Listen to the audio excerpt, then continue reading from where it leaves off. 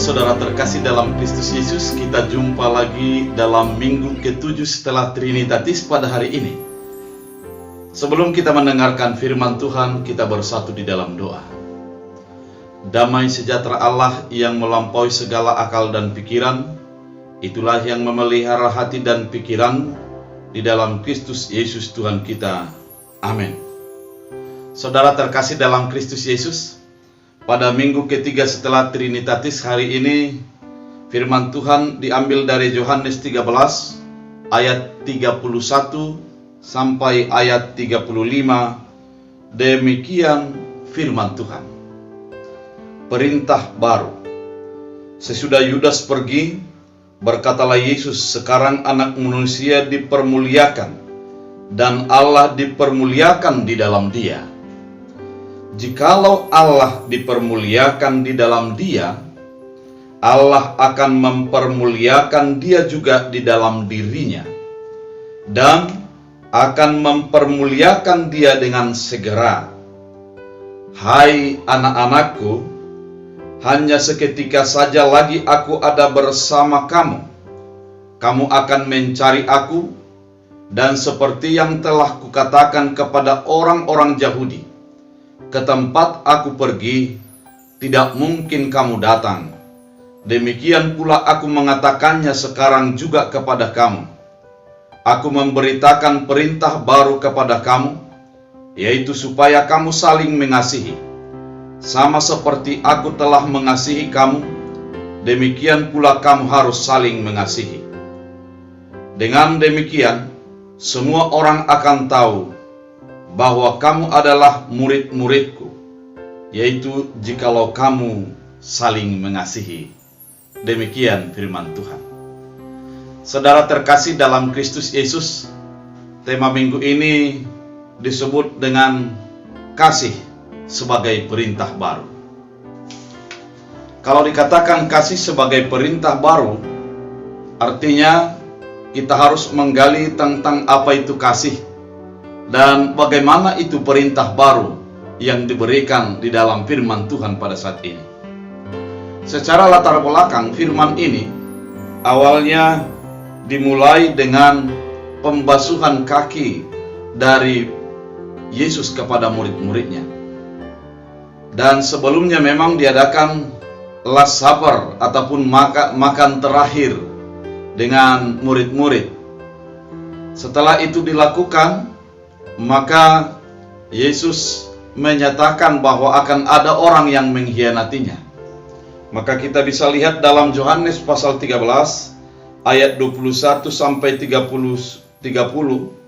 di mana Yudas menerima roti lalu pergi sebagai menunjuk dialah yang akan mengkhianati ataupun yang akan melakukan penjualan kepada Yesus. Saudara terkasih dalam Kristus Yesus, setelah firman itu, setelah Yudas pergi, Yesus menceritakan tentang kasih, yaitu perintah baru yang dinyatakan pada firman Tuhan pada saat ini. Yesus menceritakan pada awalnya bahwa anak manusia dipermuliakan dan Allah dipermuliakan di dalam dia. Anak manusia akan dipermuliakan dan Allah akan dipermuliakan di dalam namanya. Yesus menerangkan dengan sangat jelas bahwa tidak ada pemisahan antara Allah dengan dirinya sendiri. Dia memperkenalkan identitasnya bahwa dialah Allah itu dan Allah ada di dalam dia dan dia ada di dalam Allah.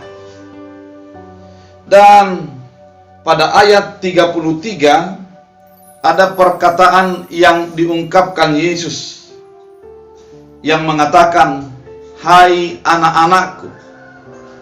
Dalam bahasa ini menjadi bahasa yang sering digunakan oleh Yohanes di dalam kitab-kitab yang dituliskannya, yang merupakan dari kata teknia, hai anak-anakku, yang memperlihatkan antara orang tua dengan anaknya, memperlihatkan kedekatan batin antara seorang yang sudah memiliki wibawa dengan orang yang di dalam kadernya.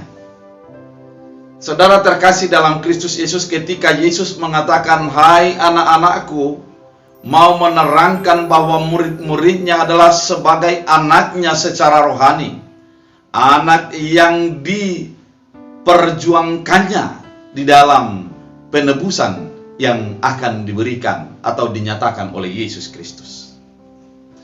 Dan ketika Yesus mengatakan, "Hai anak-anakku," dia menerangkan tentang kemana dia akan pergi, di mana satu pun tidak akan dapat datang lagi kepadanya ketika dia sudah tiba di tempat di mana ditujukan oleh Yesus. Artinya, interaksi mereka akan menjadi jauh.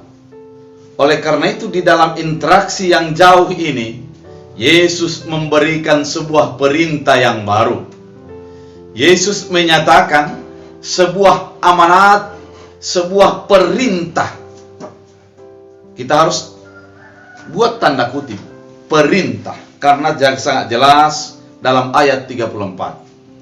"Aku memberikan perintah baru kepadamu, yaitu supaya kamu saling mengasihi." Dan itulah topik kita pada hari ini. Perintah baru untuk saling mengasihi. Kasih sebagai perintah baru.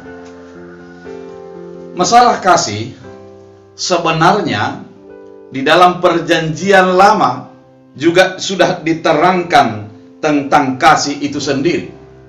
Kalau kita baca di dalam Ulangan 6 ayat 5, "Kasihilah Tuhan Allahmu dengan segenap hatimu, dengan segenap jiwamu."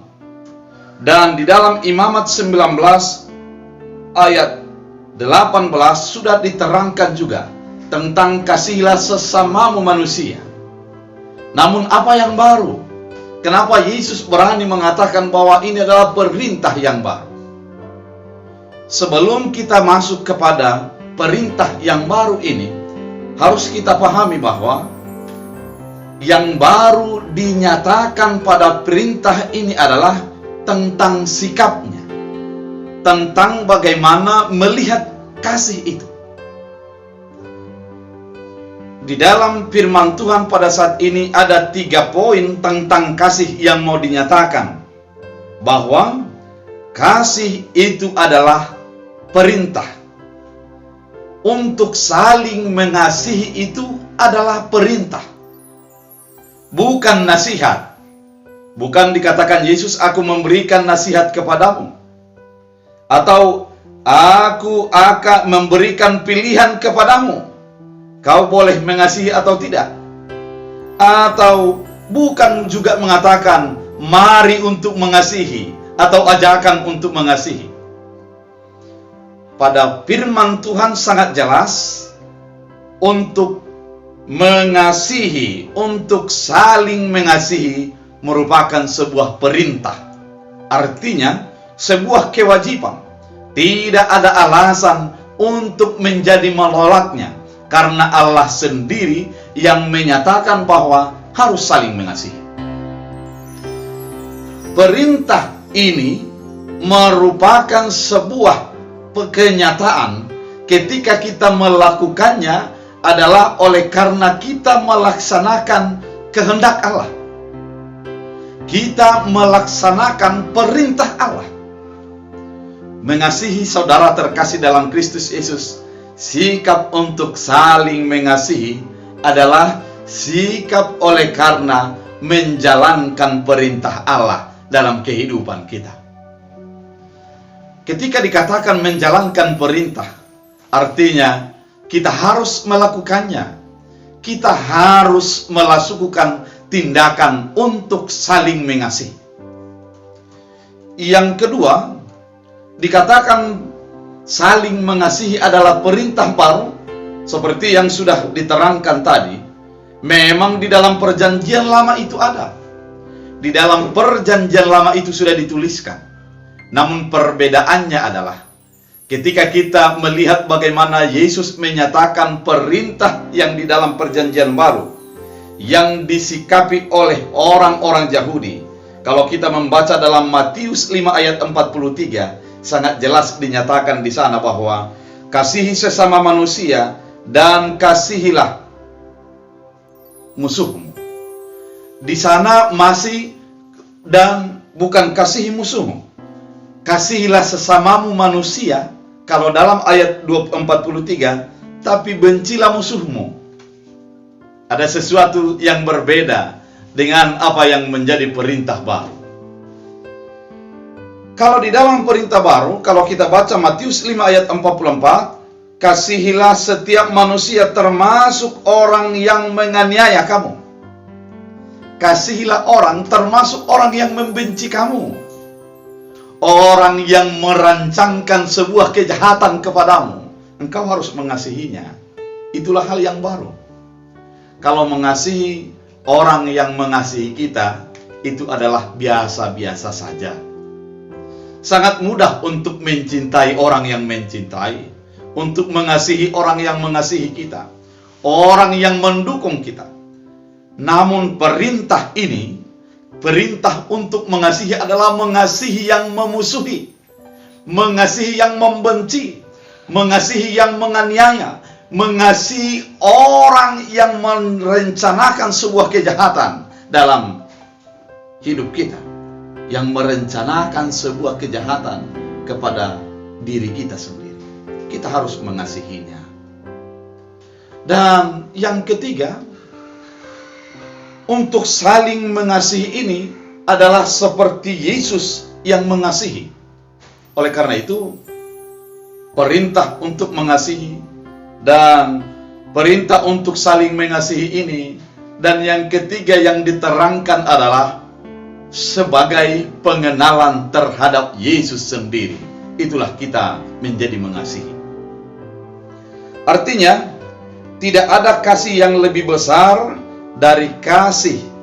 Dikatakan dalam firman Tuhan, tidak ada kasih yang lebih besar dalam Yohanes 15 ayat 13 selain daripada orang yang mau mati demi sahabat-sahabatnya.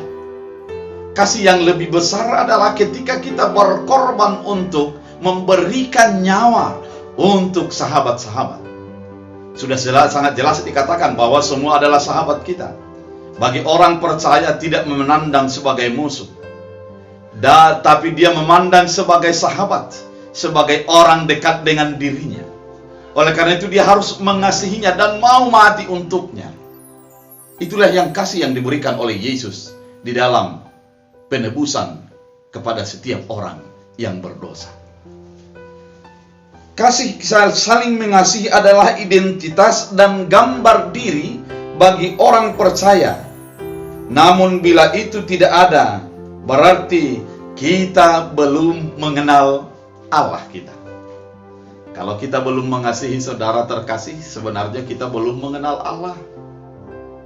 Kalau kita hanya mengasihi orang yang mencintai kita, kita belum mengenal Allah. Kalau kita hanya mengasihi orang yang mendukung kita, kita belum mengenal Allah. Namun bagaimana mengasihi orang yang menjolimi kita? Itu adalah orang yang sudah mengenal kasih Allah. Mengasihi orang yang menganiaya, mengasihi orang yang menfitnah adalah sebagai tanda daripada yang mengenal Allah.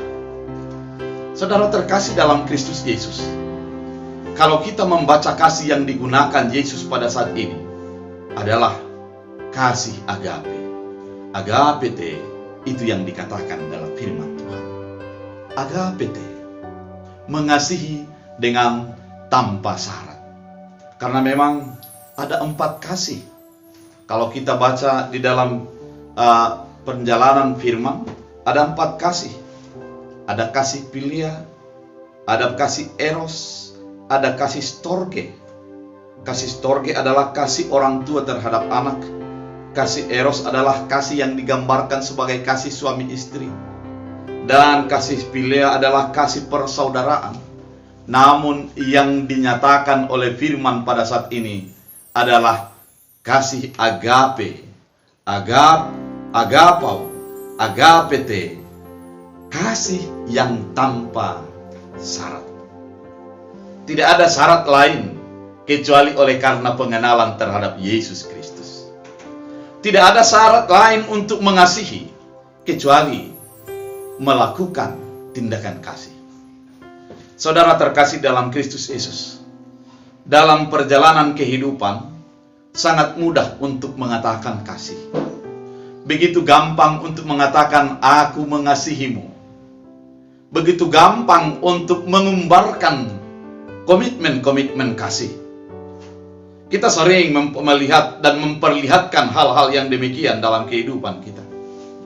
Apabila seorang pasangan suami istri sudah mengatakan, aku menerima dengan tanpa syarat. Kemudian ketika kita memperlihatkan bagaimana seseorang mengatakan kasihnya kepada seseorang. Namun, kasih itu adalah kasih oleh karena pengenalan terhadap Kristus Yesus. Sehingga, kasih tidak akan bermanfaat hanya dengan kata-kata. Kasih tidak akan berguna hanya dengan teori-teori yang digunakan. Namun kasih akan kelihatan melalui praktek kehidupan sebagaimana Yesus mempraktekkan, memberikan nyawanya untuk orang yang berdosa. Memberikan nyawanya untuk orang yang melakukan tindakan menyakiti hati Allah. Oleh karena itu saudara terkasih dalam Kristus Yesus, perintah baru ini merupakan perintah wajib, perintah yang harus dilakukan, perintah yang tidak ada tawar-menawarnya. Orang percaya harus mengasihi dan mempraktekkan kasih itu di dalam kehidupannya. Karena dikatakan pada ayat 35, dengan demikian semua orang akan tahu bahwa kamu adalah murid-muridku jikalau kamu saling mengasihi. Ketika orang percaya menunjukkan praktek kehidupan yang mengasihi, yang mampu memaafkan dan mendoakan orang-orang yang menyakitinya, yang mampu untuk menolong dan memberikan solusi kepada orang yang menganiayanya, dia akan menunjukkan bahwa dia adalah milik Kristus, dan orang akan menjadi percaya dan melihat Kristus melalui orang-orang yang percaya. Oleh karena itu, firman Tuhan pada saat ini mengingatkan kita, perintah untuk saling mengasihi harus kita laksanakan. Karena saling mengasihi merupakan perintah, saling mengasihi merupakan perintah baru, dan saling mengasihi adalah sebagai menunjukkan jati diri sebagai pengikut Yesus. Oleh karena itu saudara terkasih dalam Kristus Yesus, mari tetap mengasihi. Apapun yang terjadi dalam hidupmu, tetaplah nyatakan kasih. Karena dengan mengasihi, kita akan menunjukkan identitas kita sebagai orang percaya. Dengan mengasihi yang tulus, praktek mengasihi, bukan hanya teori mengasihi, maka kita akan menjadi memiliki cerminan daripada Kristus yang hidup di dalam diri kita. Oleh karena itu saudara terkasih dalam Kristus Yesus, mari menjadi menghidupi perintah baru, yaitu mengasihi. Tuhan Yesus memberkati. Kita bersatu di dalam doa. Terima kasih Tuhan, Engkau mengingatkan kami akan perintah baru untuk saling mengasihi. Jadikan firman-Mu menjadi berakar berbuah, bertumbuh dalam kehidupan kami.